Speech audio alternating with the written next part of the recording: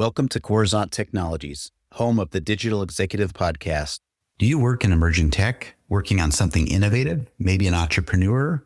Apply to be a guest at www.coruzant.com/brand. Welcome to the Digital Executive. Today's guest is Brian Trupek. Brian Trupek is the Senior Vice President of Product at DigiCert, a crypto and security tech by day and night. Brian brings nearly 2 decades of expertise on many security subjects to the team. He's constantly innovating use cases for enterprise PKI. He previously worked for more than 6 years as Vice President of Managed Identity and Authentication at TrustWave, where he helped fight cybercrime, protect data, and reduce security risk. While at TrustWave, he prepared testimony for a congressional panel on the December 2013 Target breach. Prior to TrustWave, he was founder of Creditware Software, a company that automated credential, password, and digital certificate renewal and installation, as well as policy-based application monitoring. Well, good afternoon, Brian. Welcome to the show. Thank you, Brian. I appreciate you having me. Absolutely. Brian to Brian, spelled the same way too. So I always like to get a fellow Brian. Which is the right way. Yeah. That's what I like to say anyway, to all the Brians out there. So Brian, if you don't mind, I know you're in Austin, I'm in Kansas City, so we're in the same time zone luckily today. So I'm going to jump into your first question. You've spent nearly 2 decades in security, founding Creditware to automate credential and certificate renewal, then years at TrustWave fighting cybercrime, and now leading product at DigiCert. You even prepared testimony for a congressional panel on the 2013 Target breach. What was it about API and digital trust specifically that became your professional obsession? And how did that congressional experience shape how you think about security today?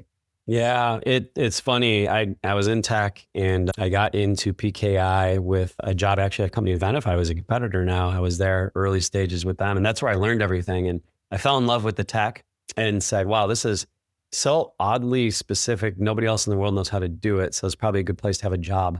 And that worked out really well. But, in creating that and seeing that, I saw PKI really just as a layer of fabric that is powering the entire internet. And all of the things we're doing, whether it was at TrustWave, whether it's here at DigiCert, Creditware, all of these places are, were built on that fabric because it's just so critically important to how the whole internet works and data gets protected.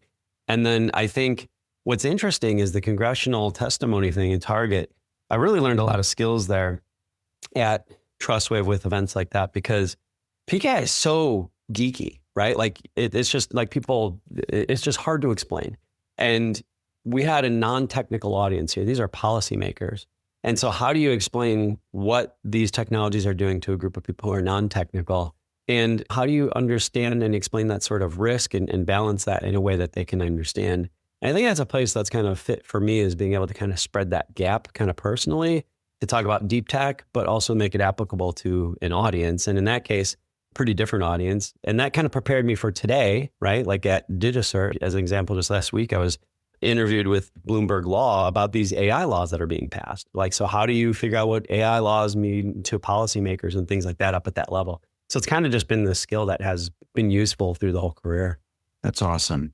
Really appreciate that. And I'm going to just highlight I love the backstories. That's usually the first question here on the podcast, but this tech space, right? And it does get pretty geeky, PKI especially, but I love the cyberspace. But the Target breach, when you had to prepare that testimony, it's all about, a lot of people don't work in the tech space, but they need to understand the criticality of security. And you were able to do that in layman's terms, which of course, that translated to your success in your career in other spaces after that at Creditware, but now working at DigiCert, you're doing a lot of that. And I really appreciate you getting that message out there where people can understand it. So thank you. Brian, DigiCert's AI Trust Manager is built around 3 layers: DNS enforcement at the network edge, agent identity through passports and policy, and secure execution through confidential computing, with agent passports binding identity, policy lineage, and ownership into a cryptographically signed object. Walk us through what an agent passport actually is and why binding all of that into one signed credential is the key to making agentic AI governable. Yeah, let's define the problem space. I think, as anybody familiar with AI knows, agents are all over the place and they take different forms. So you have agents that like a company is building and is responsible for the execution of those things, like their own workloads. There's agents that you're using maybe on your desktop or remotely through a SaaS-based service that you don't have that execution control of, but still it's operating on your behalf and doing things. There's MCP servers actually in that whole chain too as well that are participating in this ecosystem. So you have this really diverse infrastructure. But the goal, as we hear from customers, is they want a kill switch fundamentally. They want to be able to say, stop doing something that I don't accept. When you unpack that, what they're really saying is I need to find and identify something. So I need identity, that's layer 1 of our passport. They need policy, that's layer 2 of our passport. So if you want to kill something, it's probably because it's violated something. So it has to relate to some sort of policy. And then I need to understand what's in it to have a policy. So layer 3 is lineage. Like what can that touch? What, maybe models is it working with? What's the supply chain integrity evidence? How did it come to be? And then last for that kind of goal of kill switching is ownership. Like, is this tied to a specific user? Is this tied to some sort of machine account? What data handling constraints does that thing have? And all 4 of those layers, identity, policy, lineage, ownership, kind of scale up to that passport. And then that passport fundamentally becomes, the thing that can prove that identity, right, for that agent in any of those deployment scenarios. And then you can kind of think of like visa stamps. They show the authorization and policy, and the travel record becomes the audit trail behind that thing. And what's interesting is it all ladders up in all of those environments where, a lot of people are concerned about the data protection, right? Data sovereignty and the laws that are being passed and things like this. How do I protect my data? I can't have many customers. They're trying to build knowledge bases. They're doing all this stuff where they're sending corporate data outside the firewall. I did this session in Australia, and there's about 150 CISOs in the room. I said, show of hands, who's afraid of sending your data outside of the organization? You go train a knowledge base. Every hand went up in the room. So people want to have these protections. They want to understand what these things are doing. And we're doing interesting things to, kind of pull that together and make sure that, agents can ultimately reach that goal of being kill switched by these organizations. Thank you. That's so important. You did highlight that agents are now just proliferating through our environments across infrastructure and platforms, and how do we build in that security or that kill switch for these things? And you talked about these passports. There's those 4 layers you talked about: identity, policy, lineage, and ownership. And I really appreciate you unpacking that for our audience. But that is so important. And I, again, love what you talk about, especially around some of your platforms like your AI Trust Manager. So thank you. Brian, you've said 2025 was the year quantum readiness stopped being optional. And DigiCert has been experimenting with approaches like Merkle tree certificates for the post-quantum web. For a security leader who knows quantum is coming but doesn't know where to start, what's the practical first move towards crypto agility, and how much runway do organizations realistically have? Yeah, let me answer that direct and then unpack it a hair. So I think the first thing that an organization wants to do when we talk with them is get that inventory. Everywhere you're using cryptography, certs, keys, algorithms, protocols, you can't protect what you don't know you have. And so that's the first part. Now, customers will tell you once they get that inventory, that is a cluttered space. There's a lot going in there. It becomes almost unmanageable. So you need some intelligence. You need an intelligence layer to make sense of that inventory so you can start to risk assess, create those plans for how you're going to do things. But I'll tell you, I think there's a larger kind of macro goal here. And this is why I was saying 2025 is the year, is, as you mentioned with Merkle tree certificates. Merkle tree certificates is a response from Chrome, Google Chrome team. They're looking at how to make revocation maybe more scalable through the global internet. And that is their approach. But there's actually a couple more things, right? So quantum is one tailwind. Shortening certificate life cycles of 47-day is another tailwind. That Chrome deprecation I just talked about, where they're saying a mutual TLS will go away and you need to use something else, is another tailwind.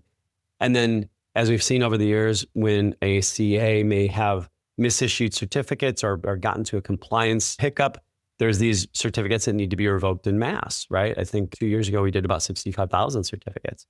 Those are actually all the same thing, Brian, right? Like all of those things mean you need to be crypto agile. And so the theme is, if you have crypto agility, your post-quantum experience is going to be much easier. Your 47-day, your Chrome deprecation, and those mass revocations become all manageable events. So really, when I answer this question for customers, it's inventory to start, but what you're trying to do is de-risk by leading towards a plan that gets you to be crypto agile. Thank you. Really appreciate that. And I love to get into quantum a little bit, cryptography, et cetera. We know that this technology is here now. A lot of governments are investing in quantum. And if we don't get our act together around security, we could be having some other problems. But luckily, Brian, you and folks at DigiCert are helping pave the way. I like what you said. You can't protect what you don't know you have. And so you need to build in that intelligence layer and inventory, determine what you have and determine that risk. I just think it's awesome. And I appreciate you unpacking all that for us here today. And Brian, the last question of the day, as we look ahead to the future, you've argued that digital trust have moved from an abstract value to a quantifiable driver of engagement, compliance, and revenue, and that organizations treating it as a strategic asset will be better positioned than those that don't. As machine identities explode, certificate lifespans shrink, and AI agents proliferate, where do you see digital trust infrastructure heading over the next 5 years? And what does the winning enterprise get right today? Yeah, it's such a good question, right? I think it maybe even points back to the answer to question 3 there. I think the closer your organization can get to being crypto agile, you're going to solve a lot of the underpinning problems here, but that's not enough, right? Because you need identity, like I just talked about with agents and the passports. You need to know what these things are so you can attach policy and ownership. And that needs to go across users, device, agents, models, content. These are all things that need to be managed at that level. And so that means you need certificates to be able to deal with these, right? And those lifespans are shrinking, right? And machine identities are exploding like we talked about. When you look at the AI layer, which I'm deeply involved in with our AI Trust Manager and our technologies here, and then personally, and what I hear from customers is they're deploying these things at breakneck speeds. We have customers who are deploying about 400 agents per week as one customer cites. We have another customer that has several hundred MCP servers going up quarter. And it's just exploding, right? And so what's the identity of these things? What is the trust factor for these things, and how are people working with them and managing them across that stratified kind of deployment infrastructure I talked about earlier? And I think, Brian, it's only going to get more complex, right? I spoke at the Confidential Computing Consortium in San Francisco, and Trupek was there speaking. I got to talk with them. They actually said everybody's creating too many agents. And they said, look, you need to shift to MCP servers organizations. They're viewing Anthropic and Claude as kind of the orchestrator of AI that will interact with more MCP servers, that will interact with local models and kind of move that data burden into the customer's environment for a lot of tasks. Well, if you do that, can you think of how many identities are going to explode with that? How do you keep track of those things? How do you manage it? And how do you put policy around it? I think that's where things are going. It's not going to happen tomorrow, but it'll happen pretty quick. AI seems to change every 24 hours. But that is kind of where things are going. And I think winning enterprises will treat identity and trust as one automated system across humans, devices, workloads, and agents, really not as like a bolt-on layer for kind of every new technology wave, rather a foundational layer that powers it all. Thank you. Really appreciate that. Yeah, you just to highlight a few things, Brian, the closer you can get your organization to crypto agile, the better off you'll be. You talked about that. Obviously, there's a lot of things to manage here. You talked about the platforms, models, devices, agents, content, everything that's there. And then, of course, people, some companies are just this agent deployment is exploding, as you talked about, raising that complexity and risk. And again, with your background and going to some of these conferences and talking to some of these experts in this area, especially AI, I think you're really working to provide some better guidelines around how we manage our environments and deploy agents. Like I said, everybody wants to be ahead of everybody else in this world of AI, but there's a lot of risk here. So I appreciate your insights today. Yeah. And Brian, it was such a pleasure having you on today, and I look forward to speaking with you real soon. Yeah, thanks, Brian. Great. I appreciate being here. Bye for now.